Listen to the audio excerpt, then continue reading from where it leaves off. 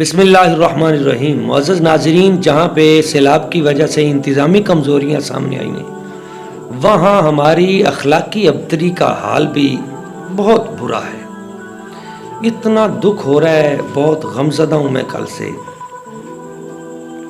یہ جو دریا کا علاقہ ہے، اس ایریے میں جانا ہوا، بستیاں تباہ ہو رہی ہیں، لوگ بیچارے اجڑ گئے ہیں، مکان ان کے بہہ گئے ہیں۔ پھر بھی وہاں کی انتظامیہ سے جب بات ہوئی تو کچھ لوگ دریا کے اندر موجود ہیں، اپنے مکانوں کی چھتوں پہ ایک ایک دو دو فرد۔ جب ان سے کہا جاتا ہے، انتظامی امور کے لوگ وہاں جا کے ان کو نکالنے کی کوشش کرتے ہیں تو وہ نکلنے پہ آمادہ نہیں۔ گھرانوں میں سے ایک ایک دو دو فرد جو ہے وہ وہاں پہ اندر پانیوں میں موجود، تو نکلتے کیوں نہیں ہیں؟ وہ کہتے ہیں کہ ہماری چھتوں کے اوپر کچھ سامان پڑا ہے، سولر پلیٹیں پڑی ہیں، گھروں میں کوئی چیزیں ہیں، اگر ہم یہاں سے نکلے تو پیچھے سے چوری ہو جائے گی۔ یعنی اگر وہاں رہتے ہیں تو جان جاتی ہے، نکلتے ہیں تو مال جاتا ہے، اور جو مال بہ گیا ہے وہ اس کے علاوہ ہے۔ یہ ہماری اخلاقی ابتری کا حال ہے۔ کتنا بڑا زوال ہے کہ ایک شخص، اس کا گھر بہ رہا ہے، اس کی جان جا رہی ہے، اس کا مال جا رہا ہے، اور اس کو دوسرے اپنے مسلمان بھائی سے خوف ہے کہ میں ادھر ادھر ہوا تو میرا مال نہ لٹ جائے۔ ہم حضور کے کیسے امتی ہیں؟ کیا ہم نے سیکھا ہے اسلام سے؟ ہمارے نبی پاک صلی اللہ علیہ وسلم رحمۃ اللہ عالمین نے تو مسلمان کی، ایمان والے کی تعریف ہی یہ کی ہے۔ مسلمان کی ڈیفینیشن کیا ہے؟ المسلم من سلم المسلمون من لسانہ و یدہ۔ حضور فرماتے ہیں مسلمان وہ ہوتا ہے جس کی زبان اور جس کے ہاتھ سے دوسرا مسلمان محفوظ رہے۔ اگر ہماری زبان سے، اگر ہمارے ہاتھ سے دوسرا مسلمان محفوظ ہی نہیں، ہم کیسے مسلمان ہیں؟ آپ دیکھیں جو لوگ اس طرح کر رہے ہیں، دیکھیں اچھے لوگ بھی ہیں، وہ لوگ جو وہاں پہ کھانے لے جا رہے ہیں، وہ لوگ جو ان لوگوں کے ممد و معاون بن رہے ہیں، وہ لوگ جو وہاں سے ان کو اپنے اپنے اداروں میں، مدارس میں، اداروں میں، خیموں میں لا کر آباد کر رہے ہیں، وہ مبارکباد کے مستحق ہیں۔ لیکن اس کربناک صورتحال میں وہ لوگ جو لوگوں کا مال لوٹ رہے ہیں، لوگوں سے کسی نہ کسی انداز میں ان کی کوشش ہے کہ کچھ چھین لیں، خدا کا خوف کھائیں۔ وَلَا تَحْسَبَنَّ اللَّهَ غَافِلًا عَمَّا يَعْمَلُ الظَّالِمُونَ۔ اللہ تعالیٰ غافل نہیں ہے ظالموں کے عمل سے۔ دو نمبر طریقے سے چھینا گیا، کمایا گیا پیسہ، وہ آپ کو نقصان دے کے جائے گا۔ رزق حلال میں برکت ہوتی ہے۔ یہ مشکل وقت ہے، قوموں پہ مشکل وقت آتے ہیں، ایسے وقت میں لوگوں کو دوسرے پہ، اپنے بھائیوں پہ اعتماد ہونا چاہیے کہ میرا مال اگر بہ گیا ہے تو جہاں بھی جائے گا میرا بھائی مجھے واپس دے گا۔ لوگوں کا مال بہ کے آ رہا ہے اور جس کے ہاتھ لگتا ہے وہ اسے مال غنیمت سمجھ لیتا ہے۔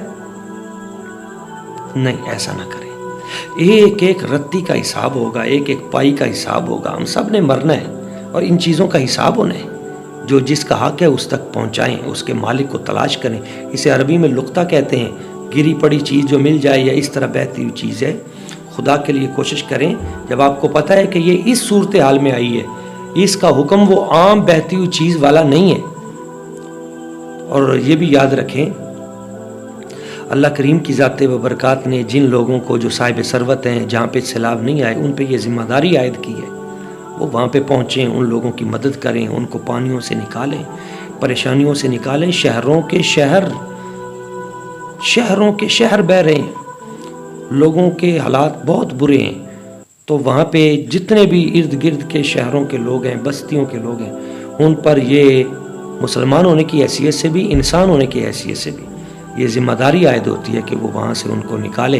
دیکھیں ہمیں اللہ نے وہ دین عطا کیا، مصطفیٰ کریم صلی اللہ علیہ وسلم نے ہمیں وہ دین عطا کیا۔ اس ایک جملے سے آپ سمجھ لیں بات۔ کبوتری آتی ہے، اپنے پر پھڑپھڑاتی ہے، فتفرش۔ صحابہ کرام پوچھتے ہیں حضور یہ کبوتری کیا کہتی ہے؟ حضور نے فرمایا ردو ولدہا الیہا، اس کے بچے کسی نے گھونسلے سے اٹھا لیے، واپس کرو۔ حضور گھونسلے میں وہ بچے واپس رکھواتے ہیں اور ایک اصول دیتے ہیں دنیا کو۔ سرکار نے فرمایا قیامت تک کے لیے میرے امتی پر حرام ہے کہ وہ رات کے وقت پرندوں کے گھونسلے میں جھانکے. قیامت تک کے لیے حرام ہے کہ پرندوں کے گھونسلے میں رات کو جھانکے. کیوں؟ اس لیے کہ پرندوں کو رات سونے کے لیے دی ہے. جب تم ان کے گھونسلے میں جھانکو گے، خوف کی وجہ سے انہیں ساری رات نیند نہیں آئے گی. جس دین میں پرندوں کو خوف زدہ کرنا جائز نہیں، ان کی نیند کو ڈسٹرب کرنا جائز نہیں، تو وہاں انسانوں کو خوف میں مبتلا کرنا، ان کو ڈرا دینا کہ وہ سمجھے کہ ہمارا مال جو ہے لٹ جائے گا اگر آگے پیچھے ہوئے تو، یہ کہاں کی انسانیت ہے؟ تو خدا را اس پہ توجہ دیں. ان لوگوں کے مشکل وقت میں آپ بازو بنیں، بھائی بنیں. ان کو احساس ہو کہ ہم ایک قوم ہیں، ایک جان ہے، ہمارا ایمان بھی ایک ہے. اس چیز کی اس وقت بہت زیادہ شدید ضرورت ہے. اور جو لوگ ہیں مخلص لوگ ہیں، اچھے لوگ ہیں، الحمدللہ وہ یہ کام کر بھی رہے ہیں. مگر اس میں دوسرے لوگوں کے لیے میں تنبیہ کی بات کر رہا ہوں کہ وہ اللہ اور اس کے رسول سے ڈریں، اللہ تعالیٰ سے ڈریں، خوف خدا کھائیں. اللہ کریم کی بارگاہ قدس میں دعا ہے وہ ذات لم یزل ہم سب کو اپنی اپنی ذمہ داری بطریق احسن ادا کرنے کی توفیق عطا فرمائے.